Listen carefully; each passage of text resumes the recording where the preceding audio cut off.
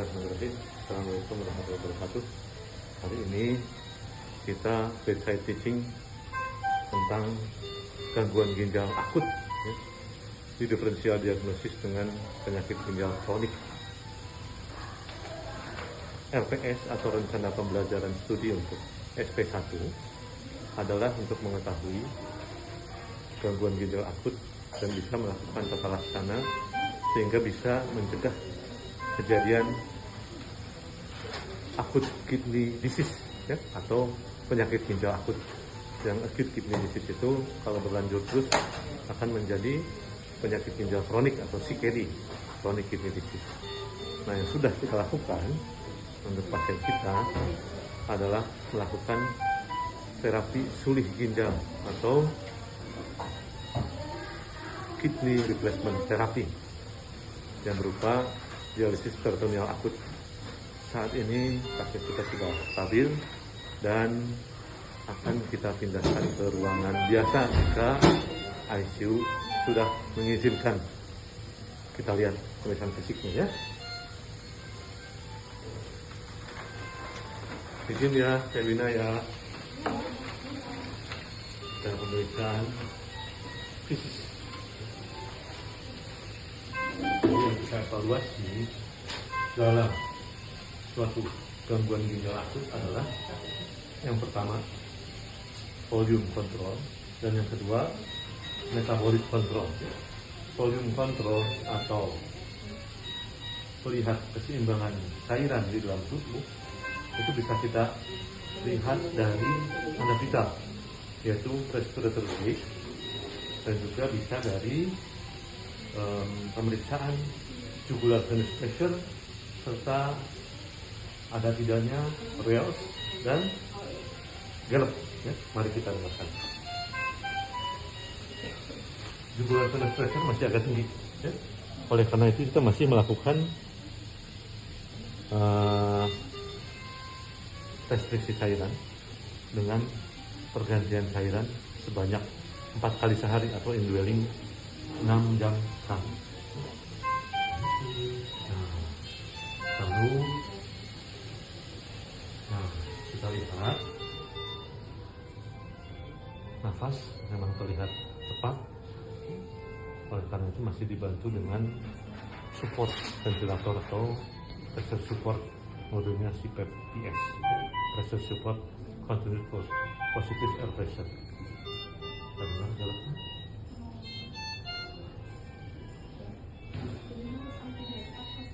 Takikardi masih ada, Gallup tidak ada, tapi murmur ada.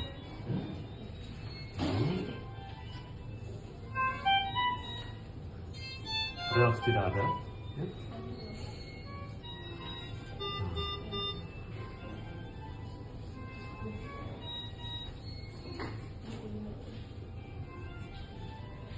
Hepat sulit dinilai. Yang kita lihat pada saat dilakukan terapi pengganti ginjal berupa PD, ini ada tidak infeksi. Infeksi itu biasanya bisa pada saat dipegang nyeri. Nah, kalau tidak sadar anaknya biasanya kita lihat heart rate tiba-tiba naik pada saat dipegang. Lalu yang kedua, ada tidaknya kemerahan atau eritem di sekitar tunnel. Kan tunnel itu dari sini. Ya. Jadi insersi sini, tunneling dan keluar di sini. Nah, kalau ada merah di sini, itu kemungkinan adalah tunnel infection. Lalu kalau di sini merah, namanya exit site infection. Nah, sekarang alhamdulillah tidak ada. Nah, nanti rencananya sih kalau udah pulang kita pakai plastiknya yang nggak ada ini ya, yang nggak ada kasarnya, jadi plastik semua. Jadi kelihatan kalau ada merah masih di ujung. Nah, cairan kita lihat. Nah, ini yang outflow ya. Outflow jernih, bagus ya. Jika kita lihat outflow-nya warnanya keruh, maka harus kita periksa jumlah sel. Tapi kalau warnanya jernih dan tidak ada nyeri, kita tidak usah sering-sering periksa jumlah sel, karena di samping justru kita berisiko memasukkan bakteri, yang kedua juga kita harus menghemat pagu BPJS-nya, karena pasien nanti akan sedikit pagunya. Kalau udah pagunya habis, yang rugi pasien juga. Nah, silakan dari dokter Asih ada pertanyaan atau tidak? Tidak. Silakan. Kan dokter Asih yang ikut menangani pasien ini kan, ya? Pinjam sebentar. Nah, inilah dokter Asih, ya? Iya, Dok. Lalu ini, Tim, Icu, ya? Ya. Pasien kita dirawat di ruang ICU sampai gangguan ginjal akutnya teratasi. Ibu Wina, halo. Inilah perawat ICU-nya, ya. Nah, terima kasih, pasien kita sudah ditangani dengan sangat baik. Insya Allah ini videonya akan kami upload ke Dikti. Baik, Assalamualaikum warahmatullahi wabarakatuh. Silakan. Sekarang sesi assessment, ya. Jadi kita evaluasi sejauh mana peserta didik sudah menyiapkan diri tentang gangguan ginjal akut.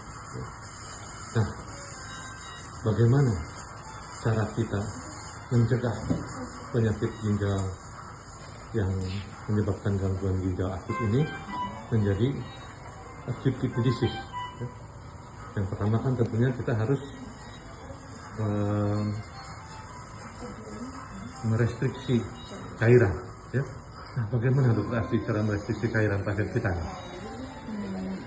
Untuk merestriksi cairannya dilihat dari diuresisnya, Dok. Tuh, ini diuresis yang normal itu kan yang kalau di bawah 1 cc per kilo per jam itu namanya poliuria, ya.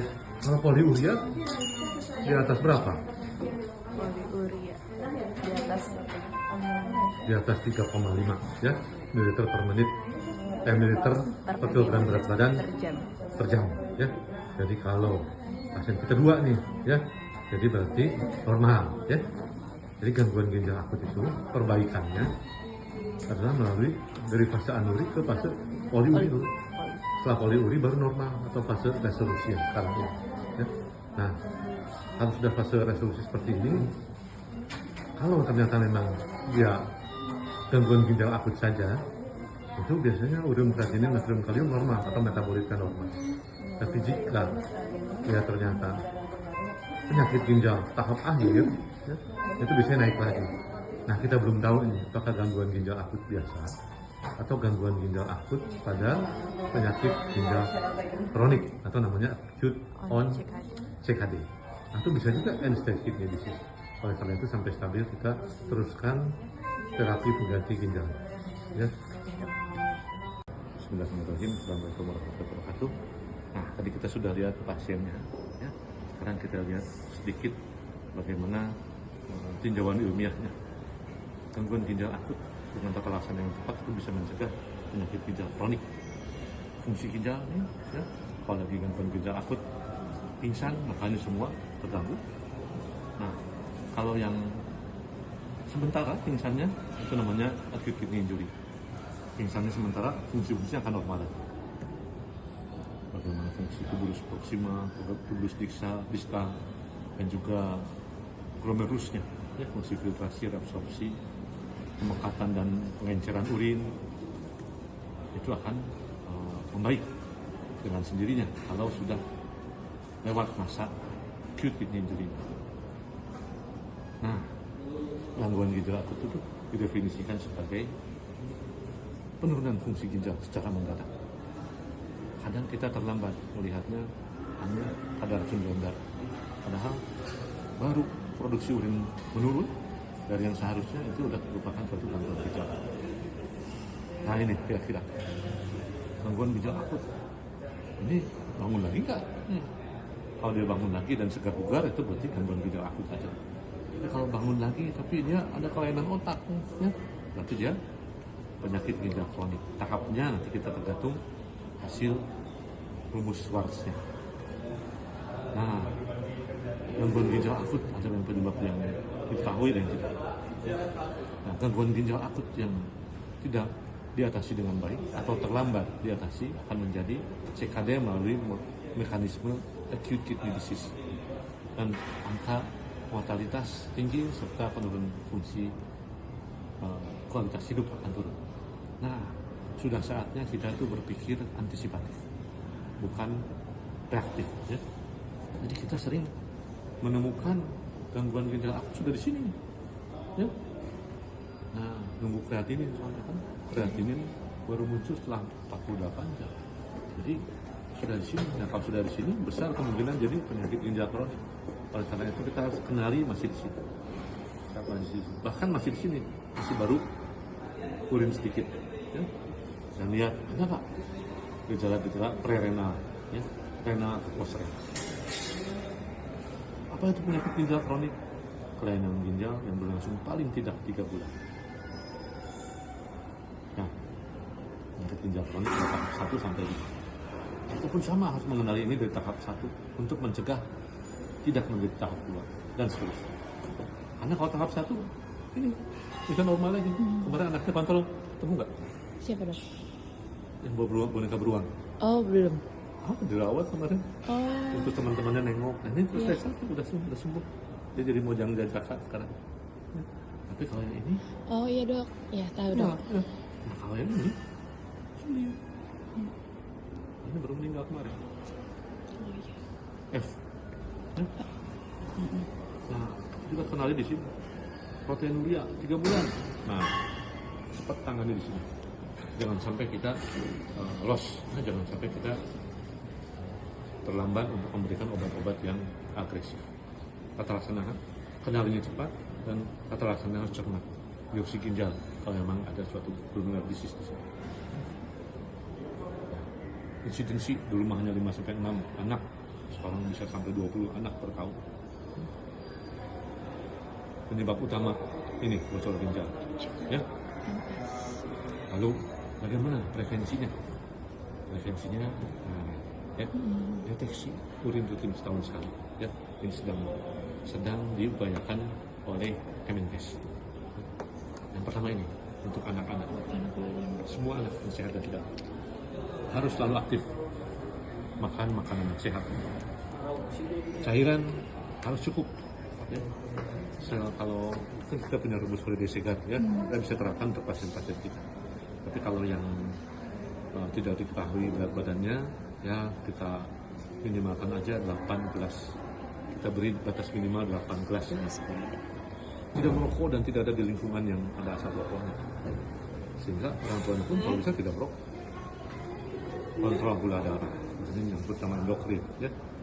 Cek tekanan darah setiap tahun. Setiap anak mulai usia 3 tahun. Enggak sedikit-sedikit minum paracetamol atau ibuprofen karena sakit kepala atau pusing. Ya. Dan kalau punya faktor risiko biasanya obesitas, tekanan darah harus, EKG harus, dan profil lipid harus.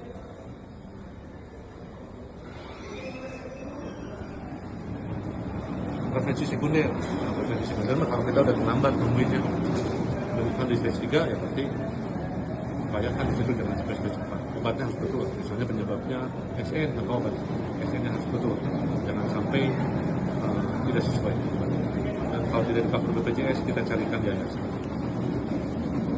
Nah, prevensi tersier mencegah komplikasi jantung akibat ini. Terakhir, pemeriksaan urin sangat penting, ya, dan itu memerlukan kolaborasi antara dokter, orang tua pasien, dan pemerintah. Ya. Intervensi yang awal akan memberikan hasil yang bagus. Intervensi awal perlu deteksi yang cermat, yang dini. Nah, penapisan penyakit ginjal kronik dari anamnesis, pemeriksaan fisik, dan pemeriksaan urin. Nah, selanjutnya kerjasama dengan pemerintah bersama kita membutuhkan mereka meminimalkan penyakit ginjal kronik menjadi penyakit ginjal akut. Demikian yang dapat saya sampaikan. Semoga nyambung dengan pasien kita tadi. Assalamualaikum warahmatullahi wabarakatuh. Ya baik, tapi ini Dr. Astrid akan melakukan remisi pada pasien sindrom nefrotik dan pasca biopsi. Dalam hal ini sindrom nefrotiknya sekunder dengan lentivitis. Dan akan mencari gangguan ginjal akut terkait dengan lentivitis dan juga terkait sindrom nefrotik, yaitu gara-gara volume infeksi. Hari ini dari pemeriksaan fisik Dr. Astrid akan Tapi apakah terdapat tanda-tanda gangguan ginjal akut pada pasien? Di puskesmas terdekat. Kakinya lihat bentar Pak. Kakinya kontak nggak? Ya, sip. Nah, jadi berarti kan nggak ada tanda-tanda gangguan ginjal akut ya. Jadi kelihatannya sih, mungkin bisa pulang ya. Bisa pulang. Sebelum pulang diganti transparan dressing supaya bisa mandi nanti di rumah. Ya, baik, terima kasih sudah asli. Ya, terima kasih. Saya. Kalau tetetan udah buka belum ya? Jadi biasa buka tetetan dulu. Ya, kalau tipisnya lancar sampai sini, pulang. Ya. Itu dikeringin apa dibuang aja? Jadi buang. Memang hanya untuk dia proteinnya. Kalau untuk dia proteinnya kan udah oke ya. Sebulan sekali aja ada protein. Jadi kalau kelebihan tapi nanya. Sering. Terima kasih. Baik, kita diskusikan hari ini bagaimana cara membedakan suatu bengkak itu overfill atau underfill. Jadi bengkak kalau overfill kan peningkatan tekanan hidrostatik itu sering terjadi pada gen APTS, SNA dan gangguan ginjal. Itu tanda-tandanya sama. CTR membesar, gallop, Wales, JVP meningkat, hepatojugular reflux naik, dan hepatomegali dalam ujung tubuh. Nah, bedanya kalau underfill itu SN. SN contohnya tadi itu, lantai 5. Ya, itu underfill.